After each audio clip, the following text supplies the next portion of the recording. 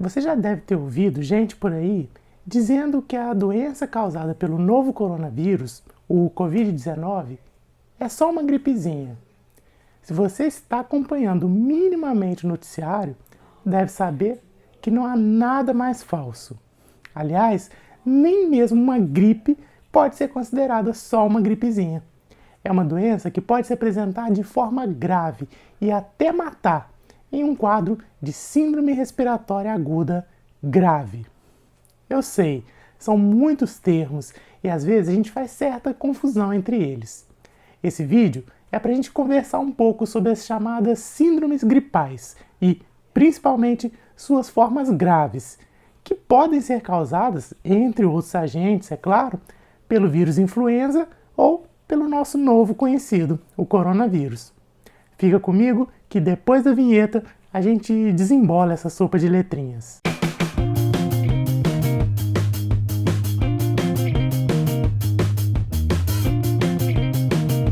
Então, muita gente me pediu para fazer um vídeo falando sobre o manejo clínico do paciente com Covid-19. Eu resolvi fazer algo diferente. Falar um pouco sobre a abordagem a um paciente que chega ao pronto-socorro com sintomas gripais. Isso por alguns motivos. Primeiro, porque vídeos falando especificamente só sobre o coronavírus tem aos montes por aí, e vários deles muito bons. E depois, o paciente chega ao PS com sintomas gripais e não com uma etiqueta escrita coronavírus na testa. Aliás, vários deles, mesmo aqueles com gravidade, serão manejados sem que a gente sequer venha saber se eles tinham coronavírus ou uma infecção causada por outro agente. Para fazer esse vídeo, eu usei basicamente o protocolo do Ministério da Saúde para a abordagem das síndromes gripais, além dos novos protocolos para manejo do coronavírus. Uma observação que eu preciso fazer é que, como a pandemia do coronavírus é algo ainda muito novo, o conhecimento sobre o manejo da Covid-19 ainda está em construção e novas informações surgem todos os dias. Por isso, eu optei por tratar nesse vídeo daquilo que já está bem estabelecido e pacificado. É o feijão com arroz, que a gente sempre vai fazer, sem entrar em pontos polêmicos ou ainda pouco estabelecidos. Então vamos começar com um casinho clínico para a gente esquentar. A gente recebe no pronto-socorro o Sr. Burns, de 78 anos. Ele é empresário, tem apenas uma hipertensão leve, bem controlada, sem outras comorbidades. Ele chega com a queixa de febre de início a 2 dias, chegando a 38,5, obstrução nasal, tosse, mal-estar, falta de ar e dor no corpo. Como a gente sempre faz quando está diante de um paciente, primeiro vamos pensar em um diagnóstico sindrômico para ele. Você já deve ter notado, e até porque esse é o tema do vídeo, que estamos diante de uma síndrome gripal. Say what? Calma, veja só. De acordo com a definição do Ministério da Saúde, uma síndrome gripal é caracterizada por um quadro de febre de início súbito, acompanhada por tosse ou dor de garganta e ainda a presença de pelo menos um dos sintomas entre mialgia, cefaleia ou artralgia. Isso tudo, é claro, na ausência de outro diagnóstico específico. O que a gente vai fazer com um paciente com uma síndrome gripal? Bom, a síndrome gripal, pura e simples, é uma condição de tratamento ambulatorial. E mais que isso, geralmente apenas com sintomáticos. Porém, a gente precisa fazer 2 ressalvas nesse momento e olhar com mais cuidado para alguns pacientes. Primeiro, aquele paciente que sabidamente tem um risco aumentado de ter uma doença mais grave ou complicada, como o idoso ou aquele que tem comorbidades. E, é claro, o paciente que tem algum sinal de gravidade da doença. Mas vamos por partes. Então a gente está falando sobre uma síndrome gripal. Mas será que eu posso dar a essa síndrome outro nome? Sim, a gente pode chamar essa síndrome gripal de uma síndrome respiratória aguda. E se por acaso esse paciente apresentar algum sinal de gravidade? Então, nesse caso, vamos estar diante de uma síndrome respiratória aguda grave. Então, quando a gente fala em síndrome respiratória aguda grave, a gente está falando de uma síndrome gripal com critérios de gravidade. E quais seriam esses critérios de gravidade? Se eu tenho um paciente com sintomas gripais, mas ele está com uma dispneia importante, ou está com um desconforto respiratório, ou ainda se apresenta com uma saturação menor que 95%, ou teve uma doença de base descompensada em função dessa infecção, como uma insuficiência cardíaca que descompensa, por exemplo. Então, em qualquer um desses casos, eu estou diante dos sinais de gravidade definidos pelo Ministério da Saúde, que levam a gente a definir esse paciente como portador de uma síndrome respiratória aguda grave. Então aqui a gente tem um divisor de águas no manejo desse paciente, porque eu vou manejar ele de um jeito se ele tiver uma síndrome gripal sem sinais de gravidade, e obviamente vou tratar de outro jeito se ele tiver uma síndrome respiratória aguda grave. Uma observação que a gente deve fazer aqui é que tanto a síndrome gripal quanto a síndrome respiratória aguda grave podem ser causadas por uma grande gama de agentes, como os vírus influenza A e B e o coronavírus, seja aquele que causou a epidemia de SARS há alguns anos ou o novo coronavírus. E muitas vezes a gente não vai ter nem como testar para ver qual que é o agente responsável por aquela infecção.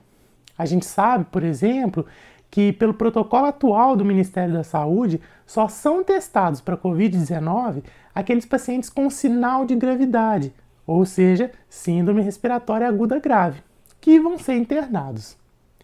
Então quer dizer que o paciente que tem apenas uma síndrome gripal sem sinais de gravidade não vai ser internado? É isso mesmo. Esse paciente é aquele que, nas condições atuais, está sendo estimulado a nem ir ao pronto-socorro, mas se tratar com sintomáticos e aumento de ingesta hídrica, procurando atendimento em caso de piora. E a ressalva aqui na nossa conduta mais conservadora é se esse paciente tem algum fator de risco ou um sinal de uma doença um pouco mais severa, porém sem aqueles sinais de gravidade. É o paciente idoso com mais de 60 anos, ou a criança menor de 2 anos, a gestante, o imunossuprimido, o paciente que tem alguma doença cardiovascular, ou uma pneumopatia, ou uma nefropatia, ou hepatopatia, o paciente diabético, ou que tem algum transtorno neurológico importante. Em resumo, o paciente que tem alguma comorbidade importante. Esse paciente também pode ser tratado ambulatorialmente, mas o Ministério da Saúde prega que esse paciente deve receber o oseltamivir, que é o antiviral usado no tratamento da gripe por influenza. Ele tem a capacidade de reduzir a gravidade de uma infecção pela influenza, especialmente quando iniciado nas primeiras 48 horas de sintomas. O oseltamivir é o famoso Tamiflu de 75 mg e deve ser usado durante 5 dias de 12 em 12 horas. É importante a gente dizer que atualmente o oseltamivir só se encontra disponível na rede pública, então não adianta o paciente tentar comprar esse antiviral por conta própria, porque ele não vai encontrar nas drogarias privadas. Então o paciente que tem uma síndrome gripal sem gravidade vai ser, a princípio, tratado em casa.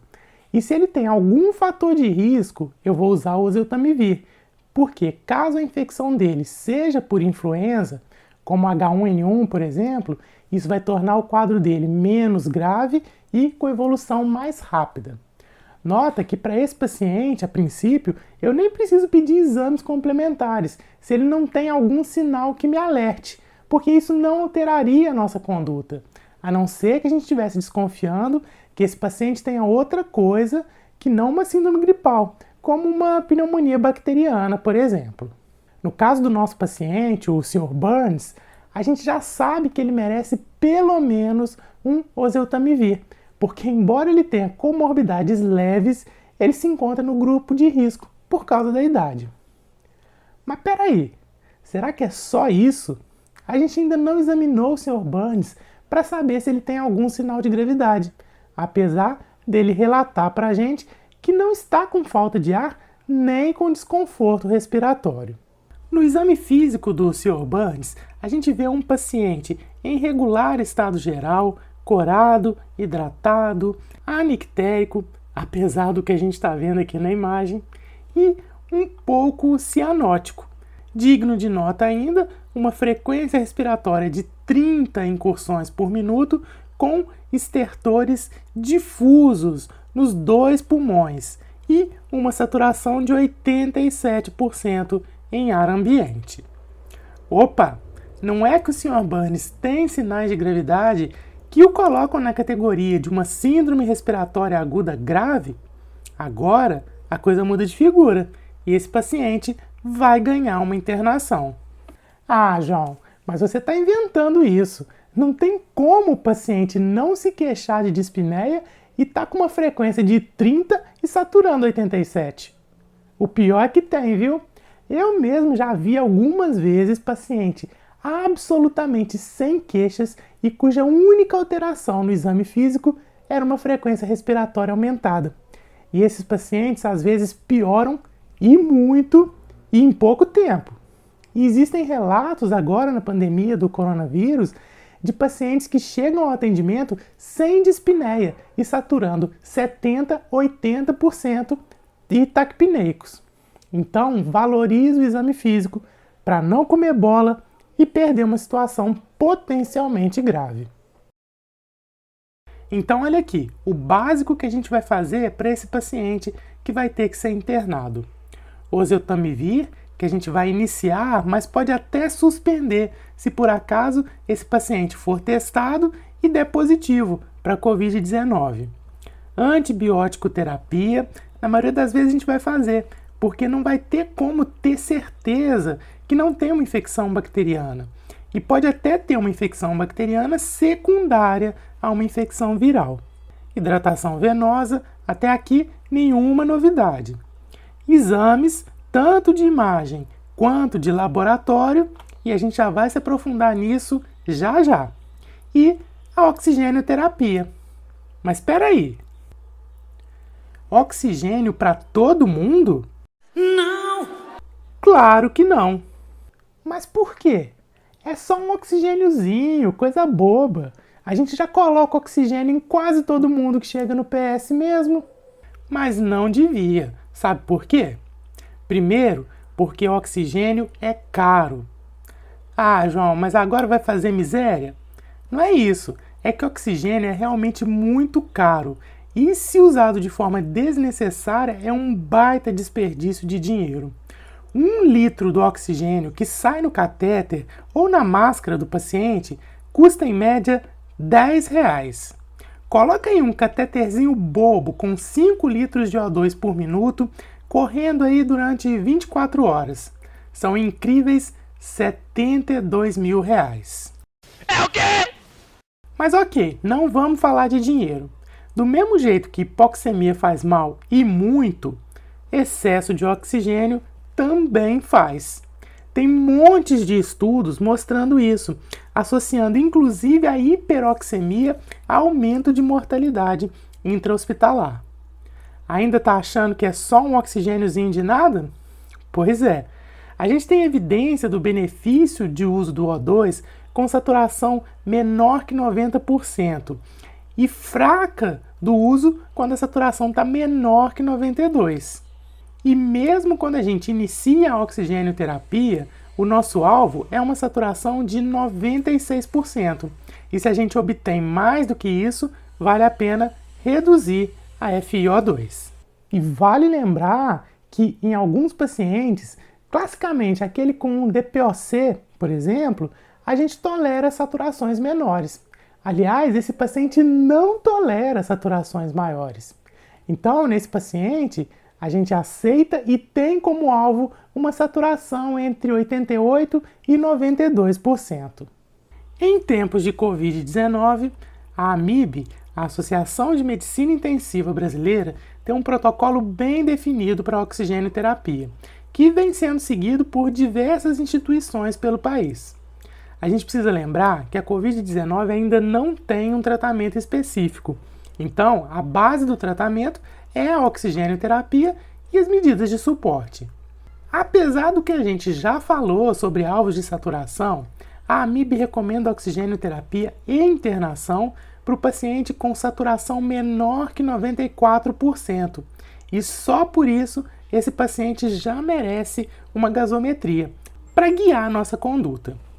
Se a gaso traz uma PaO2 maior que 75 milímetros de mercúrio, esse paciente pode receber O2 em catéter nasal. Lembrando que esse dispositivo suporta até 4 a 5 litros por minuto. Mais que isso pode trazer problema para o paciente. Se a PaO2 está entre 63 e 75 milímetros de mercúrio, esse paciente merece uma FiO2 maior, através da máscara não reinalante com reservatório. Finalmente, se a PaO2 está menor que 63 milímetros, aí não tem jeito, é intubação orotraqueal. Aliás, as diretrizes estão mandando não postergar a intubação no paciente com esforço respiratório. E para terminar o assunto do oxigênio, lembrar que a ventilação não invasiva é contraindicada na suspeita de Covid-19, não só pela falta de evidência de benefício, mas pelo risco de aerosolização. E o laboratório? Vamos pedir? Nesse paciente que vai ser internado, a gente vai pedir pelo menos um laboratório básico, sim, em busca de sinais de gravidade, diagnósticos diferenciais e marcadores prognósticos. Então a gente pode pedir um hemograma, eletrólitos, um coagulograma, hemoculturas para fazer diagnóstico diferencial se a gente tem dúvida, como infecção bacteriana, PCR e procalcitonina, que podem guiar o nosso raciocínio. A procalcitonina não costuma aumentar na Covid-19. Então, se ela vem aumentada, eu posso pensar na possibilidade de uma infecção bacteriana, isolada ou associada. O dedímero e a troponina positivos são sinais de gravidade. Idealmente, a gente devia fazer o PCR para identificar o coronavírus em todo o mundo. Aqui no Brasil, atualmente, e é sempre bom lembrar que esses protocolos podem mudar a qualquer momento, a gente só está testando o paciente grave, internado. E vale lembrar que o teste parece ter uma taxa importante de falsos negativos, o que pode estar relacionado ao teste em si, mas também a erros de coleta do mesmo. O teste rápido é menos disponível, mas parece ter menos erros.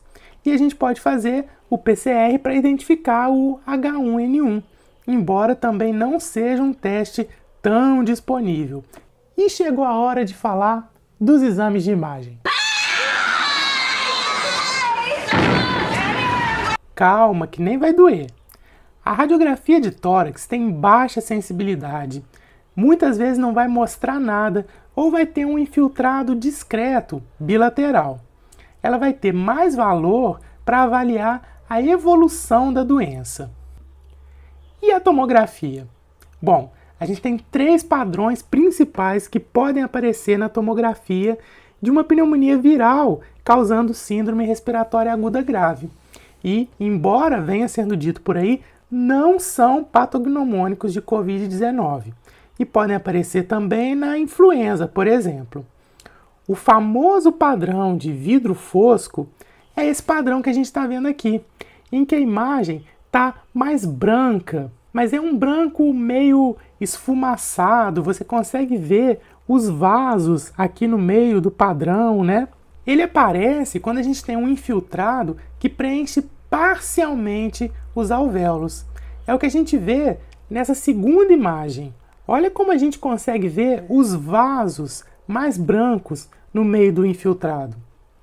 O padrão de pavimentação em mosaico é um vidro fosco com umas linhas mais brancas no meio, formando como se fosse um pavimento azulejado mesmo.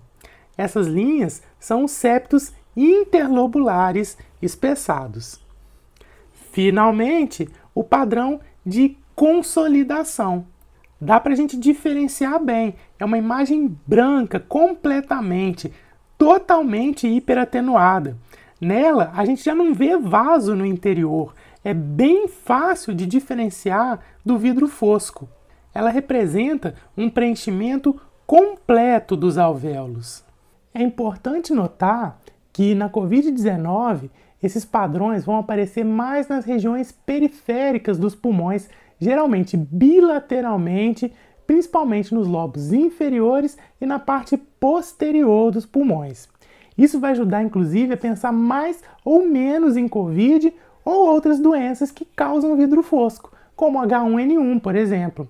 Mas aí vai ser um padrão menos periférico.